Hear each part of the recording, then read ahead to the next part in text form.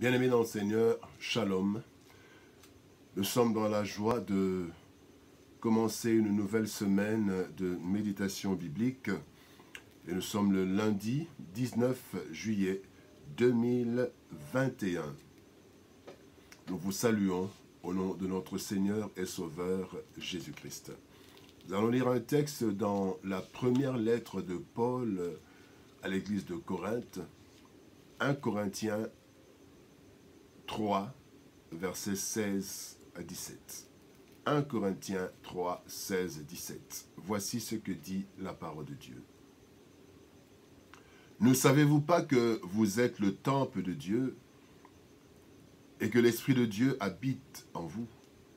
Si quelqu'un détruit le temple de Dieu, Dieu le détruira, car le temple de Dieu est saint, et c'est ce que vous êtes. Le temple de l'Éternel. Tel est le thème de notre méditation de ce lundi 19 juillet 2021. Temple de l'Éternel. Nous sommes le temple de l'Éternel. Je suis, tu es le temple de l'Éternel. Le temple est un édifice consacré au culte d'une divinité. Le temple de Jérusalem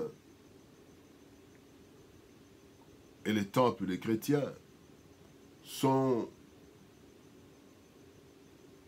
consacrés au culte du seul et vrai Dieu, de l'Éternel. Et le temple de Jérusalem était une vraie source de gloire pour Israël, à cause de sa beauté extérieure, mais surtout à cause de son impact spirituel. Le temple, comme l'arche avant cela, marquait la présence de Dieu pour Israël. Ainsi, pour Israël, il n'y avait pas de prière valable en dehors du temple de Jérusalem. Quand nous lisons dans Jean chapitre 4, verset 20, la conversation entre la femme samaritaine et Jésus-Christ, la femme dit, Jean 4, 20, « Nos pères ont adoré sur cette montagne, et vous dites, vous, que le lieu où il faut adorer est à Jérusalem. » La beauté extérieure du temple était le résultat de son importance pour Israël. David voulait bâtir un grand temple. Et c'est Salomon qui l'a construit. Et sa beauté extérieure, c'était le résultat de son importance intérieure. Le texte du jour nous parle d'un autre temple aussi important que celui de Jérusalem, voire même plus, le corps du chrétien. Dieu a annoncé depuis longtemps que son esprit allait être répandu sur l'homme après qu'il ait été envoyé sur des personnes, quand vous lisez dans Joël. Dans l'Ancien Testament, en fait, pour l'œuvre divine, pour le travail de Dieu, le Saint-Esprit était déposé sur certaines personnes, comme le roi, les prêtres, les sacrificateurs, les prophètes. Mais dans la Nouvelle Alliance, Joël s'accomplit. Je répandrai mon esprit sur toute chair, tout chrétien. L'Éternel décide alors d'habiter dans l'homme. Dans Jean chapitre 14, verset 17, Jésus-Christ dit ceci aux disciples, « L'esprit de vérité que le monde ne peut recevoir, parce qu'il ne le voit point et ne le connaît point. Mais vous, vous le connaissez, car il demeure en vous, et il sera en vous. » Il sera en vous. Il demeurait en vous. Dieu demeurait parmi eux. Il était avec eux, ils habitaient ensemble, il demeurait avec les disciples, mais il prévient qu'après le Saint-Esprit, quand il viendra, le Saint-Esprit, ce ne serait plus pour demeurer avec les disciples, mais habiter. Habiter, être en eux, en nous. Et Dieu a donc décidé d'accomplir cette parole de la Bible. Dans Actes chapitre 17, verset 24, il est dit, « Le Dieu qui a fait le monde et tout ce qui s'y trouve, étant le Seigneur du ciel et de la terre, n'habite point des temples faits de mains d'hommes. » Mais il décide d'habiter donc dans le corps humain que lui-même a fait. Les hommes ont construit des bâtiments, des temples, mais Dieu est venu résider dans le temple que lui-même a fait, le corps humain que lui-même a fait. Et voici quelques implications de cette vérité du corps du chrétien, temple de l'Éternel. Premièrement, le corps, en fait, est composé comme le temple. Dans le temple, il y avait le parvis, que nous pouvons, en fait, comparer au corps, lieu accessible à tous. Le corps est en contact direct avec l'environnement. Il y avait le lieu saint, que nous considérons comme l'âme. C'était le pont entre le corps et l'esprit. Entre les parvis et le lieu très saint, il y avait le lieu saint. Et il y avait le lieu très saint, ou le saint des saints, que nous pouvons comparer à l'esprit. Le lieu de contact entre le monde spirituel et l'homme. Le corps est donc un temple avec ses trois compartiments. L'homme entre en contact avec son Dieu par l'esprit, tout comme le sacrificateur entrait dans la présence de Dieu au niveau du Saint des Saints, du lieu très saint. Et voici le corps. Nous voyons le corps, nous voyons le temple, mais personne d'Israël ne voyait l'esprit. Parce qu'il y avait le temple, il y avait le parvis, il y avait le lieu saint où le sacrificateur se préparait. Et maintenant, il y avait le Saint des Saints où seul le sacrificateur entrait. On ne voyait pas ce qu'il y avait dedans. Il y avait l'arche de l'alliance dedans. Et c'est comme ça que nous voyons le corps. Nous voyons les manifestations de l'âme. Mais l'esprit, on ne le voit pas. Et donc, le corps est composé comme le temple. Donc, c'est vraiment le temple. La deuxième chose que nous voulons voir, c'est l'importance du corps. La présence du Saint-Esprit dans le corps du chrétien lui donne une importance énorme.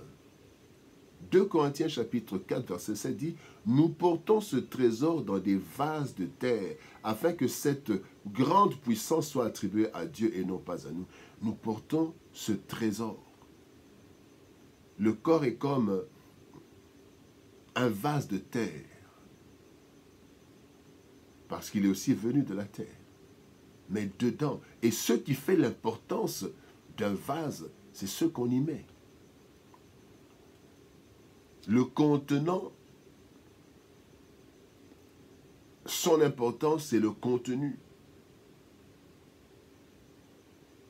Et l'importance du corps, d'abord pour l'homme. Voyez l'importance du corps pour l'homme. Pour l'homme, le corps est un instrument de travail pour la gloire de Dieu. 1 Corinthiens chapitre 10, verset 31 dit « Soit donc que vous mangiez, soit que vous buviez, soit que vous fassiez quelque autre chose, faites tout pour la gloire de Dieu. » Donc tout le travail que nous faisons pour la gloire de Dieu, nous utilisons le corps. Et donc le corps est important. Je dois l'utiliser. C'est un instrument de travail pour la gloire de Dieu. Je travaille avec mon corps. Le médecin soigne avec son corps pour la gloire de Dieu. Même le pasteur, quand il prêche, c'est le corps qu'il est en train d'utiliser. Et pour la gloire de Dieu. Donc nous devons utiliser le corps comme instrument de travail pour la gloire de Dieu. Et l'importance du corps pour l'homme, c'est aussi que le corps est l'outil d'obtention des bénédictions. Les bénédictions, nous ne les obtenons pas au niveau de l'esprit, mais au niveau du corps. le travail que nous faisons. La Bible dit dans 1 Corinthiens chapitre 15, verset 58, « Ainsi, mes frères bien-aimés, soyez fermes, inébranlables, travaillant de mieux en mieux à l'œuvre du Seigneur. » À la fin, il dit, « Sachant que votre travail ne sera pas vain dans le Seigneur, nous sommes bénis parce que nous avons travaillé. Nous sommes bénis parce que nous sommes servis du corps pour la gloire de Dieu. » Et quand le Seigneur dit, vous serez mes témoins jusqu'à Jérusalem, jusqu'aux extrémités de la terre, en partant de Jérusalem, eh bien, tout cela, nous le faisons à travers ce corps. Et donc, nous serons bénis.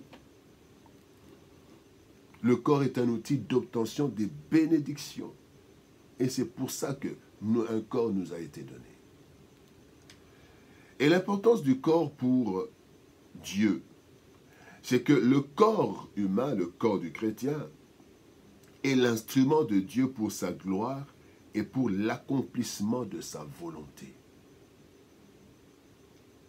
Hébreux chapitre 10, verset 5 nous dit, « C'est pourquoi Christ, entrant dans le monde, dit, « Tu n'as voulu ni sacrifice ni offrande, mais tu m'as formé un corps. » Et ensuite, il dit, « Me voici, je viens pour faire ta volonté. » Et Christ, pour faire la volonté de Dieu, il a utilisé un corps. Il a formé un corps. Et nous aussi, Dieu, pour accomplir son œuvre sur la terre et montrer sa gloire, il utilise aussi le corps humain. Troisième chose, comment alors considérer et entretenir le corps? D'abord, nous devons le considérer comme une propriété divine. Deuxième chose, nous devons considérer le corps comme, en fait, une propriété divine, mais comme une propriété confiée à la gestion de l'homme. Moi, je dois gérer. On m'a donné un corps, je suis esprit, on m'a donné un corps, je dois gérer ce corps. La troisième chose, comment considérer, c'est que le corps est le lieu de rencontre et d'action. Un lieu de rencontre et d'action, de rencontre avec l'Éternel et d'action.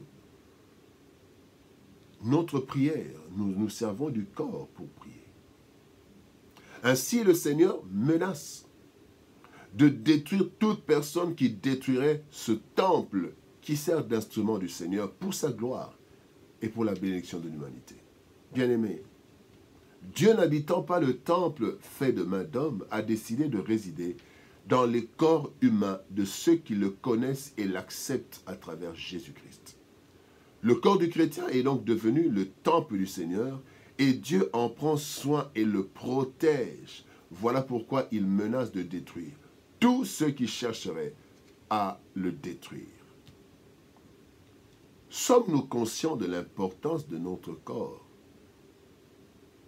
et des soins que nous devons lui apporter pour la gloire de Dieu et pour notre bénédiction? Que Dieu nous bénisse. Shalom, au revoir et à demain.